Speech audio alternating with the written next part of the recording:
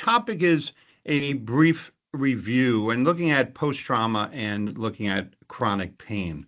And here it just says here, I want to be cured, not managed. And a lot of times these are what patients want. They're asking for the cure. And when it comes to chronic pain, it is something that generally is not the case. It's mostly management of chronic pain. Okay, next slide. And just to say, I am an associate professor. I know it was probably listed there way back when that I was an assistant. I just don't want to have it where there's a mistake written on one end and then you're saying assistant professor, but it's no big deal. Okay, so definition, and again, we're just going over basic definitions, acute pain versus chronic pain. And I think everyone that's on today has had at least one acute pain event. It's a time limited, it's predictable response. You get hurt. It gets swollen, you injure your ankle, you injure your wrist or your shoulder, and it typically goes away. Not so much the case when you get older, it seems to linger. But generally, acute pain is something that is a time-limited response and different than when you look at chronic pain. So go ahead, next. Just to touch upon acute pain, there is a new non-opioid pain medicine. And I would like, if anyone in the audience can pronounce what the name of that drug is, right below the statement of new non-opiate pain medicine. A lot of people have difficulty with it. It's Jornavix. The way you can remember it is that it is a journey where you have a drug that works through the sodium sodium channel, and it fixes the sodium channel. So Jornavix, that's the name of the drug. And it is something that's seen and used for postoperative pain, but definitively for acute pain, not chronic. Okay, next. So to distinguish acute pain versus chronic pain, there are many different types of definitions, but by the International Association for the Study of Pain, it's an unpleasant sensory component, right? You have burning, you have achy, you have a sharp sensation, a throbbing sensation, but what's attached to it is an emotional experience, which is not often pleasant. So there's depression, there's anxiety, sleep disturbance associated with that damage or the potential to have damage to the nervous system. If you look at McCaffrey, who was a chronic pain nurse, she says whatever the patient says hurts, right? In the sense you have to believe the patient if you're going to be treating them. And what I like more than any of the definitions is that this is by an unknown source. It's a sensation that has outlived its usefulness, right? What's the necessity? What's the need? Why would you, need to have chronic pain? It's outlived its usefulness. Where acute pain comes and goes, chronic pain just lingers. Okay, next. So. Oh, we lost you, Dr. Duarte. You hear me now? Yes. Okay. My face is sitting almost onto the slide. I don't know why that is, but it's okay. Rising rates of chronic pain. And this is not so much for saying it's for injury. It could be for any chronic pain illness. It could be back pain. It could be headache. It could be neuropathy. But as you see, age has a factor here that as you age, the prevalence significantly increases. Next. So again, speaking about chronic pain, there are many different factors, and this is what makes it difficult to treat. There are the biological factors, what happens, tissue injury, and then there are these associated anxiety, as I was saying, the psychological factors, the coping, catastrophizing, avoidance of using that affected limb. And there's social factors as well, where there may be lack of social support. And that's pretty significant that we see in patients. If they have chronic pain and they do have support, they do seem to do better. Next.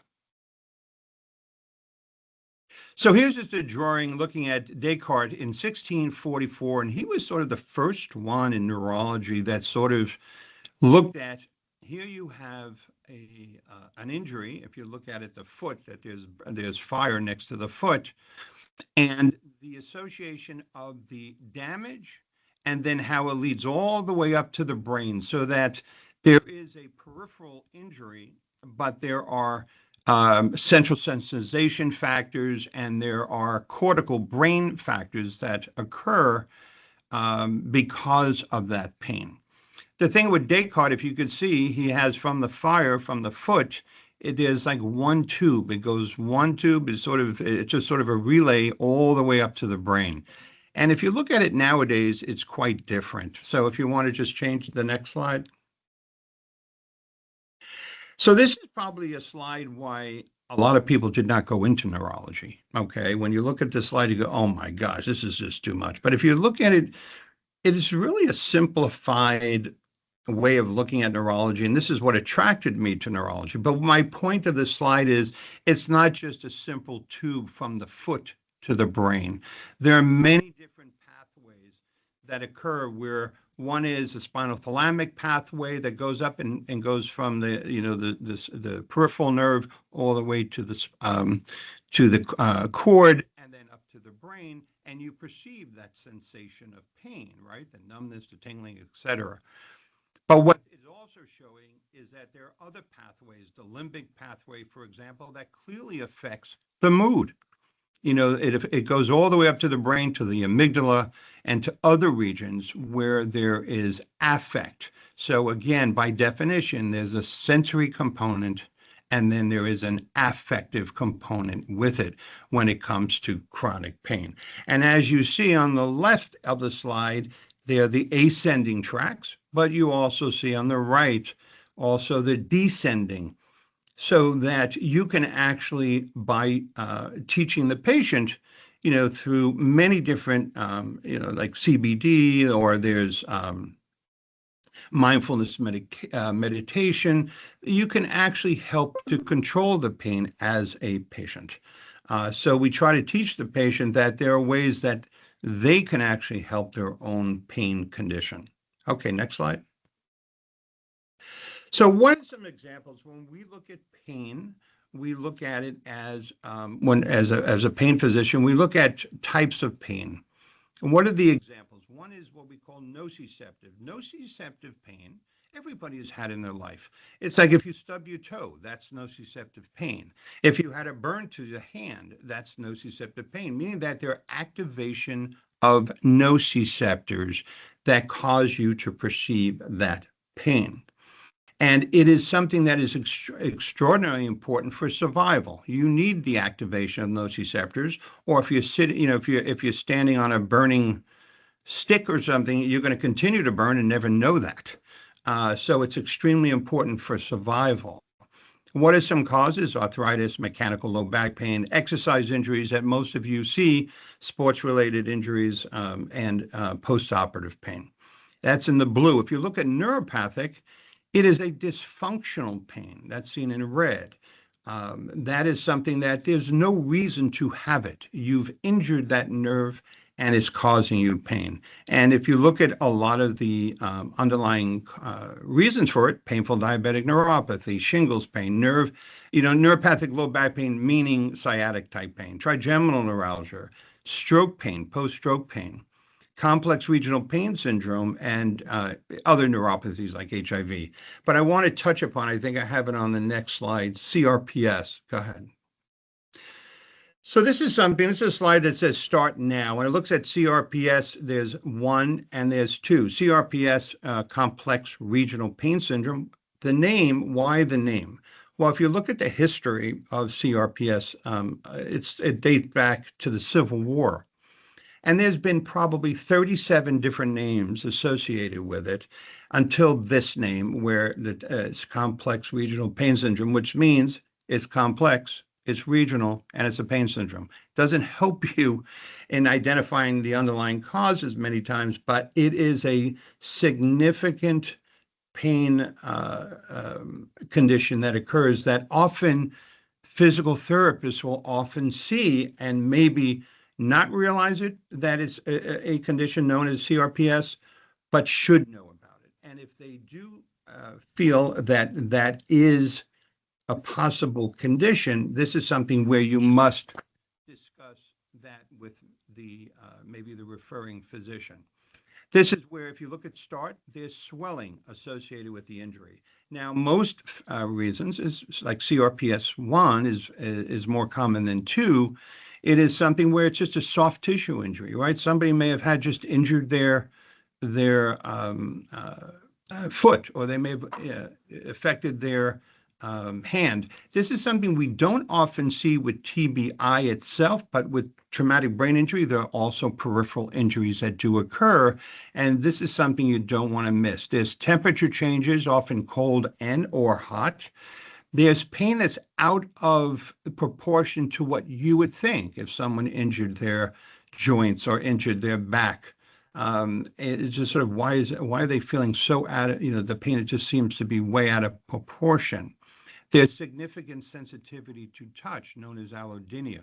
There's color changes, and even rarely there's some tremors. And so you look at it, it's START now, and now is that medications, but also early intervention. And if you look at it, intensive physical therapy is the treatment that should be started early. And it is something that, if you look at all the treatment options, it is something that is probably the most beneficial compared to any of the other treatment options that you see for this condition, even though I'll talk about one briefly. Next. So it's something that you want to be aware of, and you can see the swelling, the color changes, the temperature changes, skin changes, motor and trophic changes that occur. And again, early physical therapy, early intervention has been shown to puppy last night. Hello? Yeah, if everybody can make sure their mics are turned off. Thank you. Go ahead, Dr. Duarte. That PT and OT have been shown to reduce the pain and motor impairment and also improve function.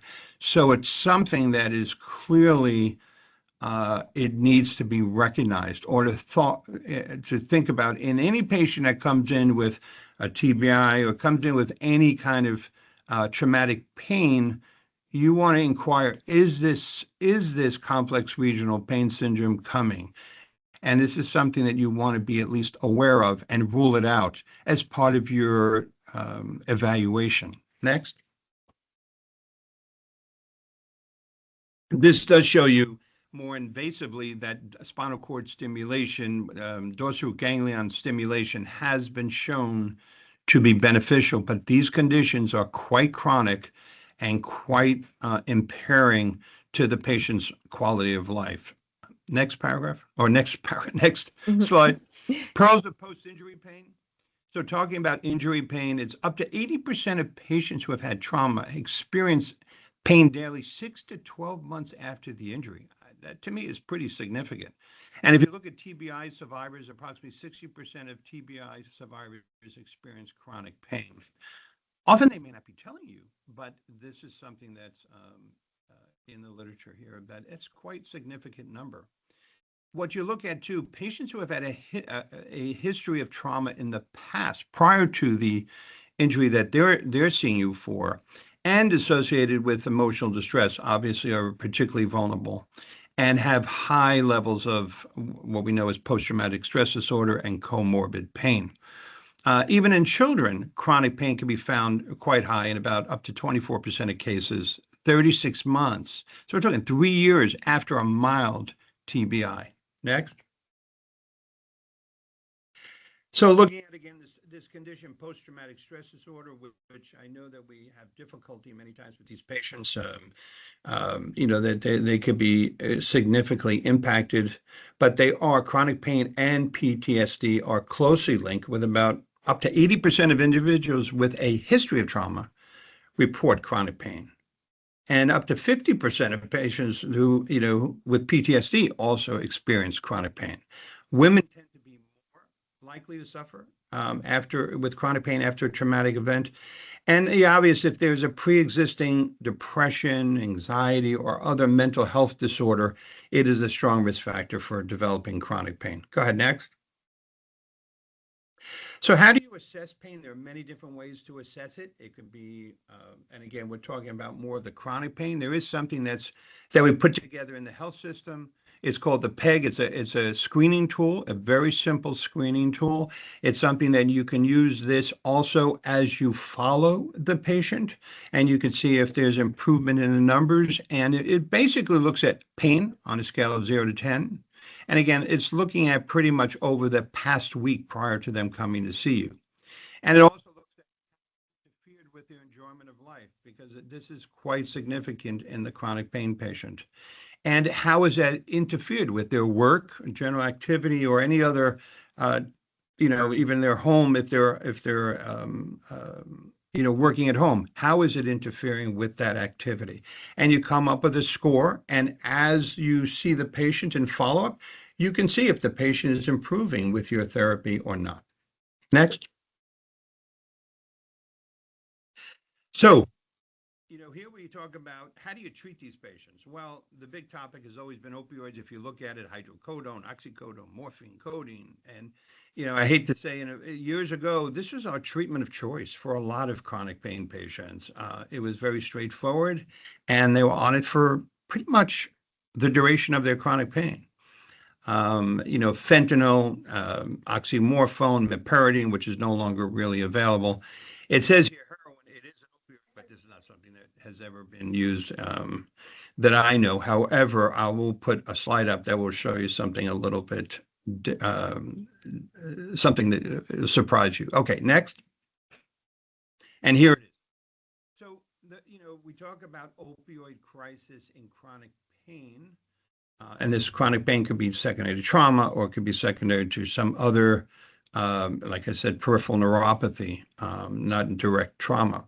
And the first opioid crisis was back in 1900. And what was the treatment of choice? It was heroin.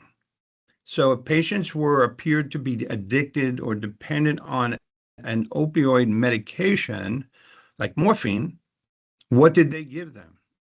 Heroin. Heroin is considered a non-addictive drug used for pain. That didn't last too long, but as you could see, it was documented in the literature as an antidote to the first opioid crisis. Next. And what I look at is the opioid crisis versus pain crisis. If you look at, it was very easy to give an opioid, because how much does it cost for a 5-milligram dose of oxycodone? Less than $1. How much does it cost to get physical therapy, right? You have co-pays, you have to drive, and often these patients may not drive, so they need someone else to drive them, or they may need to take an Uber or some other cab or some other delivery service, which costs them money. So which is easier for the patient? I could just pay $3 and get some of my opioids, versus I have to pay all this to get therapy, or I have to get, I have to pay for acupuncture. That costs $100 each time I go. I have to take, or why not take a supplement? Well, that costs $30-40 every month. So again, it becomes a financial matter. So what we in the pain world say, that there really isn't an opioid crisis as such. It's really more of a pain crisis. Next. Here is an article. This is recent in 2026. So this year, looking at the barriers to chronic pain, and when it's looking at the barriers to using non-pharmacological interventions. What they were is patients who were disabled from TBI. That seemed to be a barrier. What their prior biases are, or health beliefs, and what is the workforce capability or capacity. These are barriers that are for chronic pain, non-pharmacological interventions. So that's quite significant, and if you want to try, and also financial, as I was just stating. Okay, next. So is a review. It's a nice article if you want to read on the non-pharmacological interventions for pain relief. Next. And here it goes through some of the evidence in the literature. These are all taken from meta-analyses. The problem with meta-analyses is that if you put garbage in, you get garbage out often. And so what we mean by garbage is that if there's different studies that are using different trial designs, that are using different inclusion and exclusion criteria, often you can't really compare them and come up with an answer, but that's what meta-analysis does. In the headache world, it's a lot easier because most of the data, most of the studies have the same paradigm, have the same inclusion-exclusion criteria and methods. So it makes a meta-analysis a lot more beneficial and consistent. But here you can see exercise. There's some data out there: massage, acupuncture, transcranial magnetic stim, yoga, qigong, cognitive and mindfulness meditation. So there is evidence, but it's mixed. And if you look at the number of the studies you see them, they're not many. But again, there's some evidence to support it.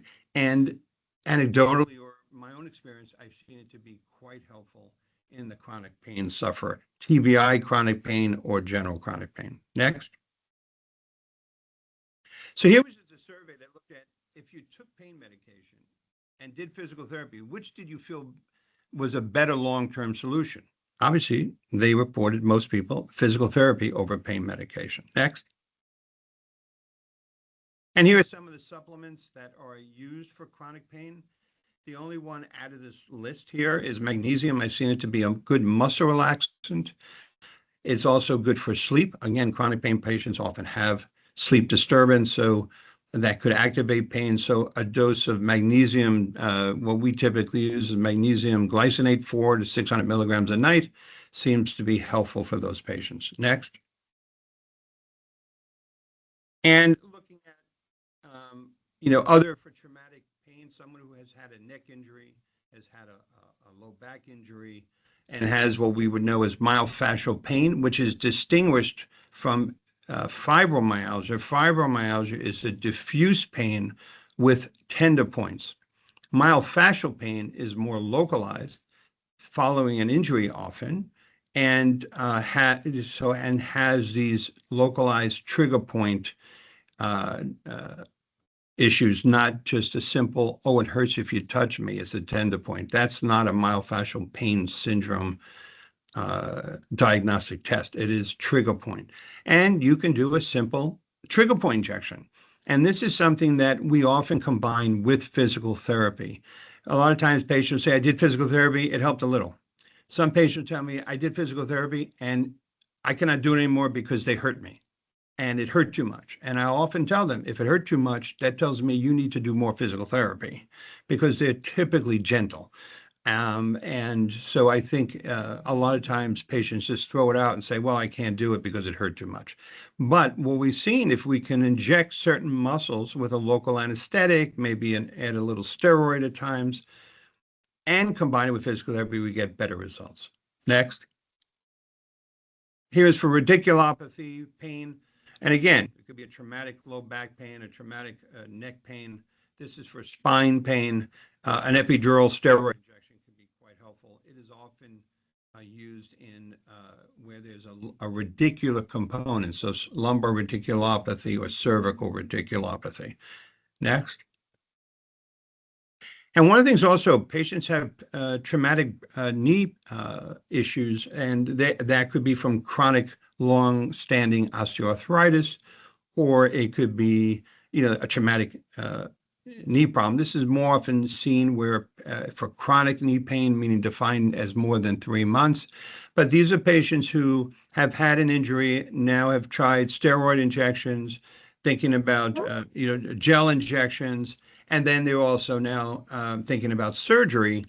A genicular knee block under fluoro is quite helpful and would be something that we would recommend before surgery. If they've had surgery, it also can be done because we're not actually working at the joint, of the knee joint, we're working at the genicular nerve, which is below and above the knee joint, so quite helpful. Okay, so the last slide just shows you that chronic pain multidisciplinary team. There are many different team members. It is not just the physician. It is not just maybe the physician or assistant or the nurse practitioner. It is also others that are quite important: psychological support, physical therapy, lifestyle changes. So it's not just simply, a unimodality treatment. It is more of a multidisciplinary management. I thank you very much for your time.